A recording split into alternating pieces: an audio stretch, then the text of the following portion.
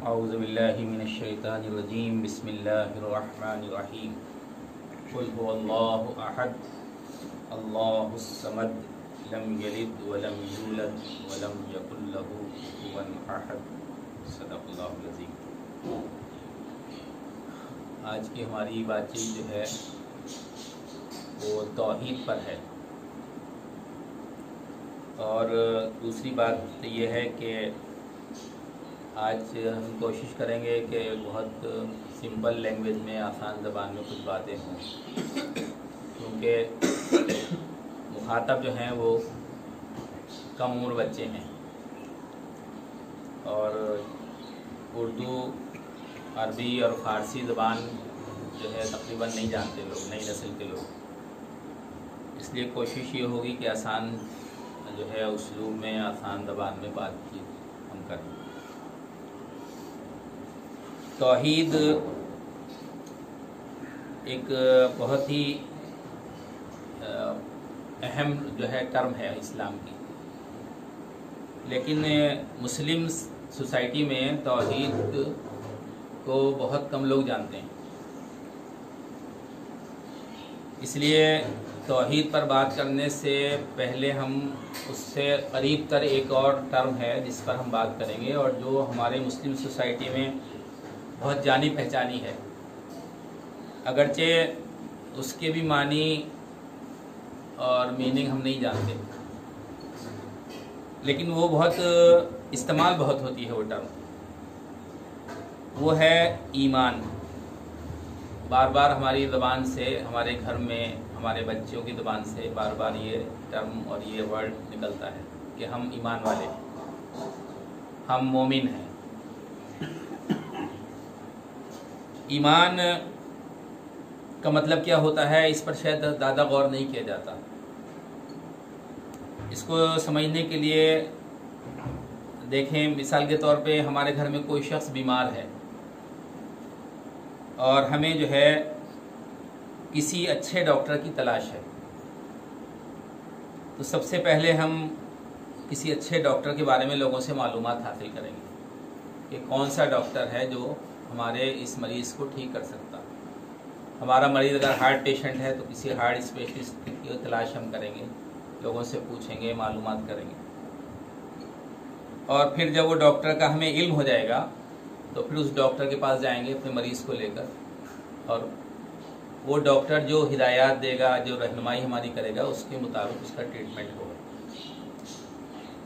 इसको भी हम ये कह सकते हैं कि एक महदूद मानी में ये ईमान है, क्योंकि ईमान की दो हिस्से हैं, एक है जानना और दूसरे है मानना।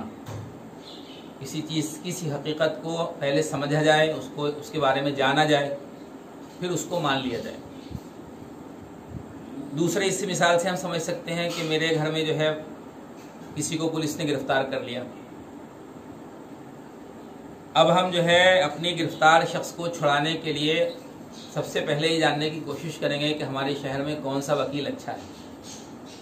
और जब ये हमें पता चल जाएगा कि फ़लाँ वकील जो है अच्छा है और वो हमारा काम कर सकता है, तो फिर हम उसके पास जाएंगे और अपना केस उसके सुपुर्द कर देंगे, और फिर वो जो हिदायत देगा उसके मुताबिक हम आगे बढ़ेंगे। तो एक महदूद माना में ये भी ईमान है, क्योंकि ईमान की दो हिस्से हैं, एक जानना और दूसरे मान लेना। इस वजाहत के बाद हमें ये देखना चाहिए कि जो सबसे अहम तरीन सवाल है कि इंसान को जो है किसने पैदा किया, और इंसान ही नहीं बल्कि इस पूरे यूनिवर्स को किसने बनाया। ये ज़मीन, ये चाँद, सूरज, सितारे, सैयारे, ये ज़मीन में हम देखते हैं पहाड़ और दरिया और समंदर, ये किसने बनाए। ज़मीन से अनाज कौन उगाता है, आसमान से पानी कौन बरसाता है। एक बहुत बुनियादी सवाल है, इसको जितना भी हम फैलाते जाएंगे वो उतना ज़्यादा जो है हमारी समझ में आएगी, लेकिन टाइम हमारे पास कम है। तो हमें और इस यूनिवर्स को किसने बनाया, ये एक बहुत अहम सवाल है। इस पर हर शख्स को गौर करना चाहिए और लोग गौर करते हैं इस पर। और इसमें एक अहम तरीन बात यह है कि दुनिया में हमारे अलावा बहुत सारी मखलूक़ात हैं, जानवर हैं, परिंदे हैं और इसके अलावा भी बहुत कुछ है। लेकिन इन सारी मखलूक़ात में जो कुछ पैदा हुए हैं, उन सब के दरमियान इंसान की एक अलग हैसियत है और ये हैसियत हमेशा से मुसल्लम है। इसमें हमें देखना चाहिए, मिसाल के तौर पे आज हम देखते हैं कि इंसान जो है वो आसमान पर चला गया, चांद पर पहुंच गया, पूरी दुनिया को उसने अपनी अक्ल से जो है एक विलेज में तब्दील कर दिया। इतनी बड़ी दुनिया है लेकिन वो एक गांव की मानिंद हो गई। इंसान को अल्लाह ने ऐसी अक्ल दी है। दूसरी जो मखलूक़ात हैं उनके पास ये अक्ल नहीं। अगर सारी मखलूक़ात मिलकर भी कोई चीज़ बनाना चाहें तो नहीं बना सकते।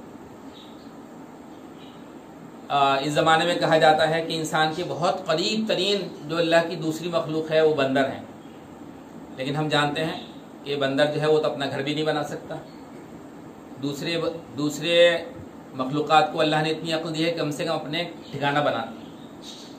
तो बहरहाल इंसान जो है उन सारी मखलूक़ात में बहुत ज़्यादा अलग है। तो इस लिहाज से ये सवाल और ज़्यादा अहम हो जाता है कि हमें किसने बनाया है और मरने के बाद हम कहाँ चले जाते हैं, हमें मौत क्यों आ जाती है, हम कहाँ जो है दुनिया से निकल के कहाँ जाते हैं। और ये इल्म और ये अक्ल जो अल्लाह ने हमें दी है, आखिर अल्लाह ताला हमसे पूछेगा या नहीं पूछेगा इसके बारे में, इसको जानना। इस इंसान ने हमेशा से इस सवाल पर गौर किया और इसके मुख्तलिफ जवाब लोगों ने सोचे। चुनाचे हम अपनी मुस्लिम इंसानी सोसाइटी का जब तज्जिया करते हैं तो कई किस्म के जवाब आते हैं। मिसाल के तौर पे बहुत से इंसान हैं जो ये कहते हैं कि ये इंसान खुद बन गया, किसी ने भी नहीं बनाया, एक हादसे के तहत इंसान खुद बन गया, ये कायनात भी खुद बन गई। लेकिन अगर गौर किया जाए तो इससे ज़्यादा जिहालत की बात कोई नहीं हो सकती कि ये खुद ब खुद कैसे इंसान बन गया, ये कायनात खुद ब खुद कैसे बन गई। हमारे बच्चे मिसाल के तौर पे ड्राइंग बुक में जो है एक आम की तस्वीर बनाते हैं, तो बगैर तस्वीर बनाए क्या वो तस्वीर खुद बन जाती है? सवाल। हालांकि वो एक तस्वीर है, आम नहीं है, वो आम की एक तस्वीर है, तो वो तस्वीर खुद नहीं बनती बल्कि उसको बनाता है बच्चा। इसी तरह से जिस मकान में हम रह रहे हैं, ये मकान खुद नहीं बना, इसको किसी ने बनाया है। तो इसी तरह हम गौर करें, हम जो है जानदारों की तस्वीरें बनाते हैं, मुजस्समे बनाते हैं, लेकिन वो मुजस्समे और तस्वीरें ही होती हैं और वो भी बगैर किसी के बनाए नहीं बनती। तो ये इंसान, और इंसान तो बहुत बड़ी चीज़ है। कुरान पाक ने हमसे कहा है कि अगर दुनिया के सारे इंसान मिलकर और एक अल्लाह को छोड़कर जितने भी खुदा दुनिया में हैं, जिनको लोगों ने खुदा बनाया है, वो सब मिलकर अगर एक मक्खी पैदा करना चाहें तो मक्खी भी पैदा नहीं कर सकते। जान जो है वो हम देखते हैं घर में भूंगे, एक ऐसी जान है अगर ऐसे उंगली रख दो तो मर जाता है, लेकिन उसके अंदर जो जान है, क्या दुनिया में सारे इंसान मिलकर, सारे साइंसदान, डॉक्टर, इंजीनियर मिलकर ही चाहें कि वो एक भुंगा पैदा कर दें? नहीं कर सकते। तो इंसान को जो अल्लाह ताला ने अक्ल दी है उसको गौर करना चाहिए कि हमारा बनाने वाला कौन है। हम खुद नहीं बने, खुद बन भी नहीं सकते, कोई भी चीज खुद नहीं बन सकती। ये कायनात खुद ब खुद नहीं बनी, इसको किसी ने बनाया है। इस सवाल पर जब लोग गौर करते हैं तो पूरी इंसानी सोसाइटी कई किस्म के जवाब देती है। मिसाल के तौर पे कुछ लोग तो यही कहते हैं जैसा कि ये खुद ब खुद हो गया, लेकिन अक्सरियत जो है वो ये मानती है, यानी अजीम तरीन मेजॉरिटी ये मानती है कि इंसान को किसी ने बनाया है, इंसान को किसी ने पैदा किया है, पूरी कायनात को किसी ने पैदा किया। लेकिन कुछ लोग हैं वो कहते हैं कि पैदा तो किया है ईश्वर ने या गॉड ने या अल्लाह ने पैदा किया है, लेकिन जो है मौत कोई और देता है, और जो है दुनिया में जो हम खाते हैं और पीते हैं, हमारी जिंदा रहने के जो सामान है वो कोई और करता है। कुछ लोग ये कहते हैं, यानी पैदा करने वाला अलग है, हमें पालने वाला और परवरिश करने वाला अलग है, और हमें मौत देने वाला और विनाश करने वाला अलग है।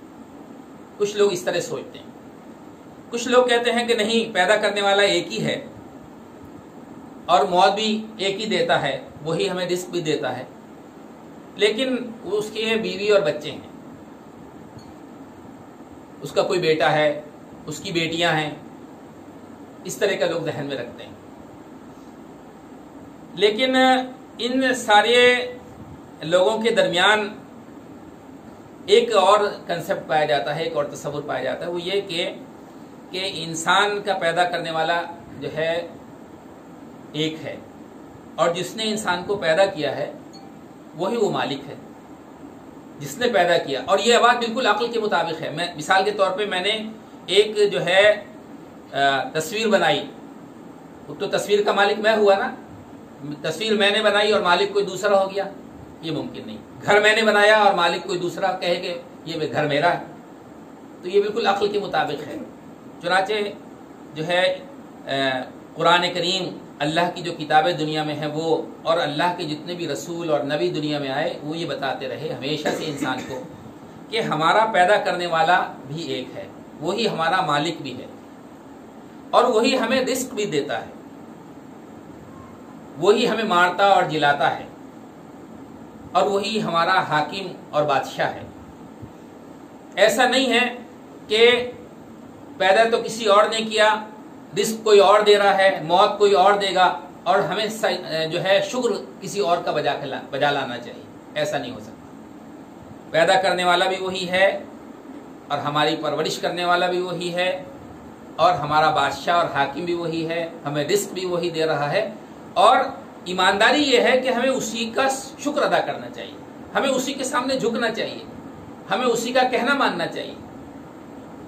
हमें ये सोचना कि जो है हमारा वो पैदा करने वाला, चाहे उसको हम कोई भी नाम दें, कुरान हमें बताता है कि वो अल्लाह है, वो अल्लाह जिसने हमें पैदा किया है। अगर हम ये सोचते हैं कि हम किसी और का शुक्र अदा करें तो इससे बड़ी खयानत और बेईमानी कोई नहीं हो सकती। चुनाचे कुरान पाक ने हमें ये बताया है कि हमारा खालिक जो है वही हमारा कहना चाहिए हाकिम भी है। कुरान ने फरमाया अला लहुल खल्क वल अम्र, जान लो कि जिसने पैदा किया है वही हुक्म देने वाला है। इनिल हुक्म इल्ला लिल्लाह, हुक्म किसी का नहीं मगर वो अल्लाह। तो कुरान ने हमें ये बताया कि अल्लाह हमारा खालिक है, अल्लाह ही हमारा मालिक है, अल्लाह ही हमारा बादशाह है, अल्लाह ही हमें रिस्क देता है, ज़मीन से अनाज अल्लाह उगाता है, आसमान से बारिश अल्लाह बरसाता है, अल्लाह ही के कब्ज़े कुदरत में हमारी ज़िंदगी और मौत है। और जब अल्लाह ताला चाहेगा हमें मौत आएगी और अल्लाह ताला चाहेगा जब वो हमें दोबारा जिंदा करके उठाकर खड़ा करेगा। वो एक ही हस्ती है। चुनाचे कुरान पाक ने उन सारे अकीदों और तस्वुरात की नफ़ी कर दी जो इंसानी समाज में पाए जाते हैं। इस तस्वुर की नफ़ी की कि खुदा है, उसकी कोई बीवी है या उसके कोई बेटा है या उसका कोई बाप है। खुदा ने हमें ये बताया कि पैदा करने वाला अलग नहीं है और मारने वाला दूसरा नहीं है, जो पैदा करता है वही मारता है। चुनाचे ये जो कंसेप्ट इस्लाम ने दिया, ये जो हमें एतक़ाद दिया, इसको कुरान करीम की ज़बान में तौहीद कहा जाता है। यह है तौहीद, यानी एक मानना, खालिक और मालिक और रब और परवरदिगार और बादशाह उस एक ही है, अलग अलग नहीं है। और वो जो एक है उसका कोई बेटा नहीं, उसका कोई बाप नहीं। चुनाचे अभी जो हमने जिस सूरत को पढ़ के अपनी बात शुरू की है, सूरह इखलास, उसमें अल्लाह ताला ने यही बात है बहुत मुख्तसर से अंदाज में बिल्कुल शुरू दौर में मुसलमानों को बताई है, इंसानों को बताई है। कुल हुवल्लाहु अहद, कह दो कि अल्लाह एक है। कुल हुवल्लाहु अहद, हम इसको उर्दू में कहते हैं अहद, एक है, अकेला है। लेकिन अगर देखा जाए तो अहद का कोई सही तर्जुमा उर्दू में नहीं हो सकता। उसका मतलब होता है ऐसी हस्ती कि उस जैसा कोई दुनिया में नहीं हो, कोई भी नहीं, बिल्कुल अकेला हो हर चीज में, अपनी सिफात में अकेला, तो उस जैसा दुनिया में कोई नहीं हो। आपने सुना होगा कि हजरत बिलाल रज़ी अल्लाह अन्हु को जब मक्का के काफिर उनके सीने पे पत्थर रख के उनको तपती हुई सहरा में घसीटते थे, तो हज़रत बिलाल रज़ियल्लाहु अन्हु की ज़बान से ये निकलता था, अहद अहद, अल्लाह तो एक ही है। अल्लाह जिसको मैं अल्लाह मानता हूँ तो ऐसा है जिसको जैसा कोई दूसरा नहीं दुनिया के अंदर, वो बिल्कुल अकेला है। तो कुल हो अल्लाहु अहद कह दो कि अल्लाह एक है, अकेला है, उस जैसा कोई नहीं है। अल्लाहु समद, समद का मतलब होता है अल्लाह समद है, यानी अल्लाह बेनियाज है। अल्लाह जो है उसको किसी की कोई हाजत नहीं, और दुनिया में जितनी मखलूक़ात हैं सब अल्लाह ताला के सामने हाजतमंद है। अल्लाह किसी से नहीं मांगता, सब अल्लाह से मांगते। अल्लाह किसी से कुछ नहीं चाहता, लेकिन सबको अल्लाह ही से मिलता है। अल्लाह बेनियाज है, उससे कुछ नहीं चाहिए दुनिया से, और इंसानों को और दुनिया की सारी मखलूक़ात जो है सब उसकी मोहताज है, अल्लाह ताला की। ये जो है बात अल्लाह ताला ने, अल्लाह समद है। लम यलिद वलम यूलद, वो किसी का बेटा नहीं और कोई उसका बेटा नहीं, यानी उसका कोई बाप भी नहीं है, उसका कोई बेटा भी नहीं है।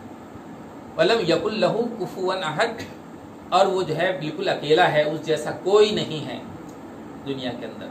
ये कंसेप्ट हमें अल्लाह ताला ने दिया कि हमारा जो खालिक है वो अल्लाह है, हमारा मालिक अल्लाह है, हमारा परवरदिगार अल्लाह है, हमें रिस्क देने वाला अल्लाह है, हमें मौत देने वाला अल्लाह है, हमारा हाकिम और बादशाह अल्लाह है। और वो अल्लाह ऐसा है कि कुरान करीम ने उसका तारुफ कराया, वो अल्लाह ऐसा है कि उसको इंसानों की तरह ऊँग नहीं आती, इंसानों की तरह उसको नींद नहीं आती, इंसानों की तरह वो थकता नहीं। दुनिया की हर मखलूक को हम देखते हैं वो थक जाती है, और जब थक जाती है तो नींद आ जाती है, और नींद आने के बाद जब सोकर उठता है तो फिर फ्रेश हो जाता। कोई भी मखलूक हो सब थकते हैं, लेकिन अल्लाह नहीं थकता, अल्लाह को नींद नहीं आती। ला ताखुज़ुहु सिनतुन वला नौम, उसको ऊँग भी नहीं आती। और एक बात गौर करने की है कि अगर जिसको हम खुदा मानते हैं, अगर उसको ऊँग आती है तो फिर उसमें और मुझ में क्या फ़र्क हुआ? अगर मुझे अक्ल दी है अल्लाह ताला ने तो मुझे उसका इनकार करना चाहिए। जो मेरी तरह सो जाए वो मेरा खुदा नहीं हो सकता, जो मेरी तरह थक जाए वो मेरा खुदा नहीं हो सकता, जो मेरी तरह खाए और पिए वो मेरा खुदा नहीं हो सकता। मेरा खुदा वो है जिसको कभी ऊँग नहीं आती, कभी नींद नहीं आती, कभी थकता नहीं, जिसका इख्तिदार पूरी कायनात पर है। उस जैसा कोई बादशाह नहीं, उस जैसा कोई हाकिम नहीं, वो है मेरा खुदा। यह है तौहीद।